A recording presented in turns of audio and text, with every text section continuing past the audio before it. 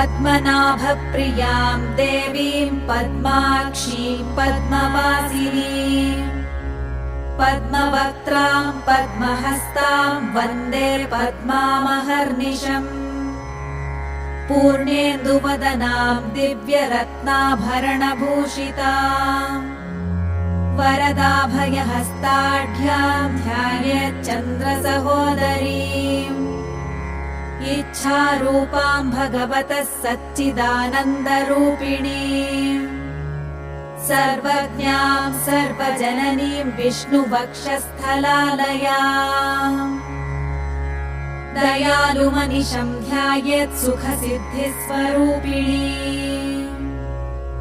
हरिः ओम्। नित्यागतानन्त नित्यानन्दिनी जनरञ्जनी